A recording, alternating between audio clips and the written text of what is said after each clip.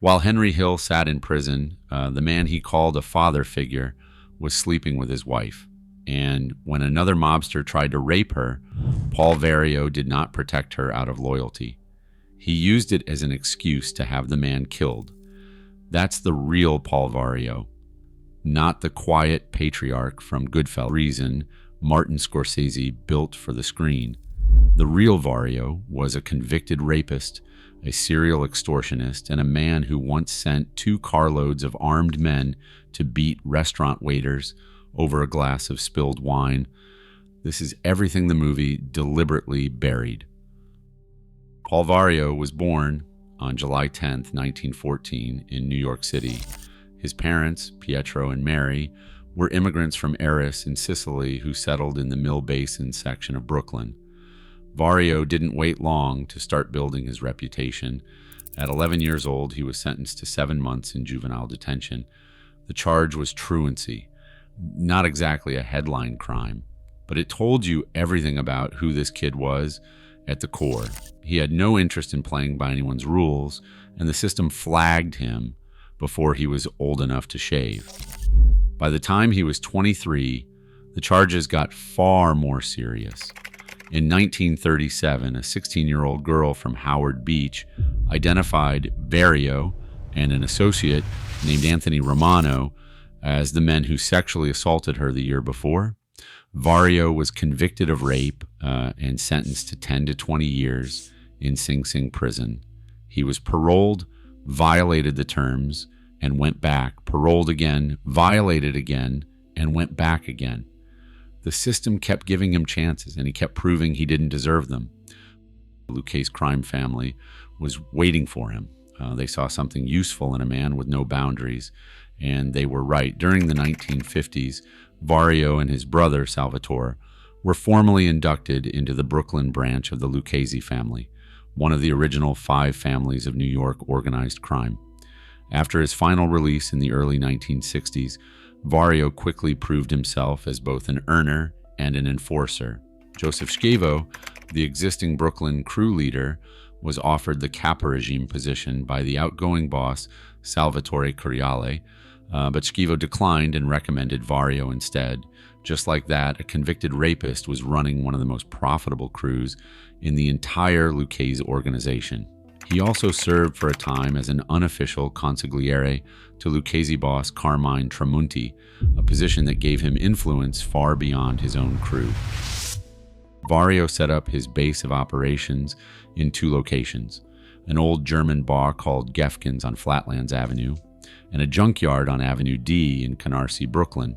The junkyard is where the real business happened. From the outside, it looked like a scrapyard full of car parts and metal.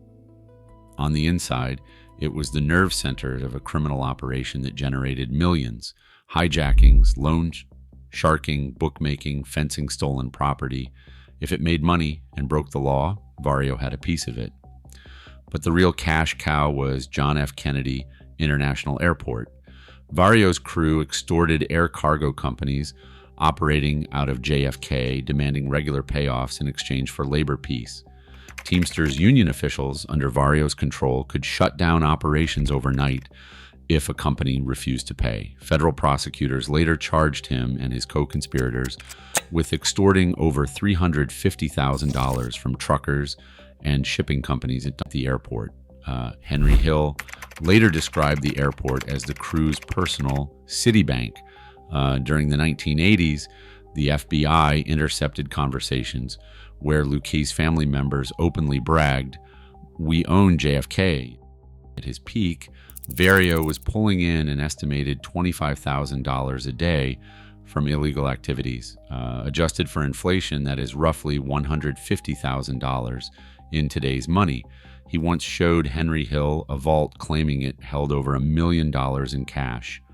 On paper, he also ran a flower shop, a bar and restaurant, a taxi stand called the Euclid Avenue Taxi Cab and Limousine Service, and an auto parts store.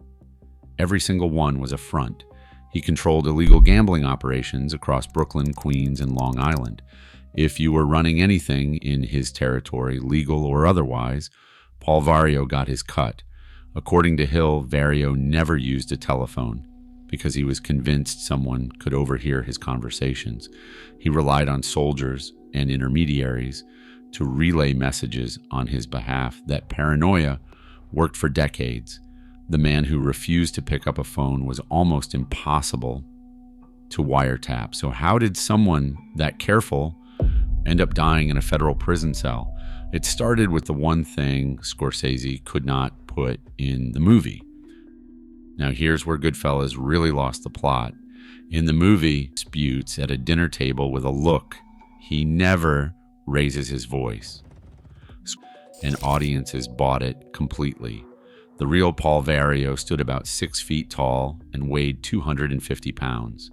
His narrow bone structure made him look even heavier than that. When he walked into a room in Brooklyn, whether it was the back office of Gefkin's bar or a social club in Canarsie, people moved out of the way. He had an aura of menace that intimidated people just by his sheer size. And when that was not enough, he used violence without hesitation. One night at a restaurant called Don Pepe's Vesuvio, Vario took his wife Phyllis out for dinner. He was already frustrated because the maitre d' kept seating other people before them. When they were finally seated and Vario ordered wine, the maitre d' came to pour, and whether by accident or spite, he spilled it all over Phyllis's dress. Then he tried to dry the fabric with a dirty rag, which only made things worse. Vario back to the restaurant. They waited until closing time and beat the staff outside over a glass of spilled wine. In another incident recounted by Henry Hill, Vario beat a female server with a baseball bat because she threatened to tell his wife about their affair. The movie never showed this reality. Scorsese knew that if audiences saw who Vario really was, they would not root for him. They would not feel safe when Henry Hill sat down at his table. The entire emotional architecture of Goodfellas depended on Paulie being the reasonable one. So that is what Scorsese gave them. A fiction built on top of a monster. Vario's own family paid the price for who he really was. In July 1973, Vario's youngest son, Leonard, was found at the entrance to Wyckoff Heights Hospital in Brooklyn, wearing nothing but charred shorts with burns covering 90% of his body. Two men dropped him off and vanished without giving their names. Investigators traced the burns to an explosion and fire at Vic Construction Company on Randolph Street, a building 6 blocks away. The fire was later classified as arson. Henry Hill later wrote that Leonard had been trying to set the building ablaze when the fire engulfed him. Leonard never spoke to investigators. Even as he lay dying over the following months, he kept the code of silence. A spokesman for the district attorney's office said that he refused to answer questions, even as he was dying. Leonard was 27 years old when he finally succumbed to his injuries that October. At his funeral at St. Fortunata's Church in Brooklyn, mourners beat 2 television cameramen and a police detective who showed up to cover the service. If you are watching this far, you are starting to see just how much Goodfellas left on the cutting room floor. Subscribe is because I break down what Hollywood gets wrong about organized crime every week. Now, remember what I told you at the top of this video. Vario sleeping with Henry Hill's wife, the murder he arranged to cover it up. Here's how that actually played out. Henry Hill was serving time on extortion charges. While he sat in a cell, the man he treated like a father started an affair with his wife, Karen. The same Karen Hill who hid guns for the crew and stood by Henry through decades of crime. Vario waited until Hill was locked up, and then he moved in on his family. What happened next is the reason Tommy DeSimone ended up dead. During this same period, Tommy DeSimone, the loose cannon played by Joe Pesci in the film, attempted to rape Karen Hill. What happened next is where the real story twists into something the movie could not show. Karen told Vario what DeSimone had done, and for the unauthorized murders of 2 Maid Gambino men, including Billy Batts. Those murders had been tolerated for years. Nobody had moved on DeSimone. But the moment he became a problem for Vario personally, suddenly that information reached the right ears. Tommy DeSimone was executed in January 1979, and Goodfellas bullet instead. The movie shows this as a consequence of his reckless violence, a failed attempt to become a made man. The reality is far more calculated. Vario weaponized Tommy's crimes to eliminate a man who had crossed him personally. His body was never found, and the whole time he was sleeping with his most loyal associate's wife.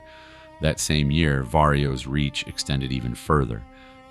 In 1978, while living near Miami, Florida, on parole, Paul Vario approved the Lufthansa heist over the phone. He insisted that Jimmy Burke personally supervise the operation. Burke, who had recently been released from prison alongside Hill after serving time for extortion, planned the entire job from his bar, Robert's Lounge, in Ozone Park, Queens. In December of that year, Burke's crew hit the Lufthansa cargo terminal at JFK Airport and walked out with an estimated $5 million in cash and $875,000 in jewelry. Adjusted for inflation, that haul was worth roughly $29 million. It was the biggest cash robbery in American history at that point. And Paul Vario gave the green light from a living room in Florida. He wasn't in the room. He didn't touch a single bill, but he got his cut. Then the walls started closing in. Vario had always forbidden his closest associates from dealing narcotics, but Hill had been doing it behind his back for years, running cocaine from Brooklyn to Pittsburgh, while his own addiction spiraled out of control. He was facing decades in prison with no way out. But it wasn't just the law Hill was afraid of. Jimmy Burke had already started killing everyone connected to the Lufthansa heist, eliminating anyone who might talk. Bodies were turning up across New York. Hill was convinced he was next on the list. And then federal investigators played him a tape. It was a recorded conversation between Burke and Vario, in which Burke said flatly that Hill needed to be whacked. The man Vario mentored, the man whose wife he slept with, the man whose friend he had killed. That man walked into a federal courthouse in Brooklyn on May 27, 1980, sat down across from the organized crime strike force, signed an agreement, and started talking.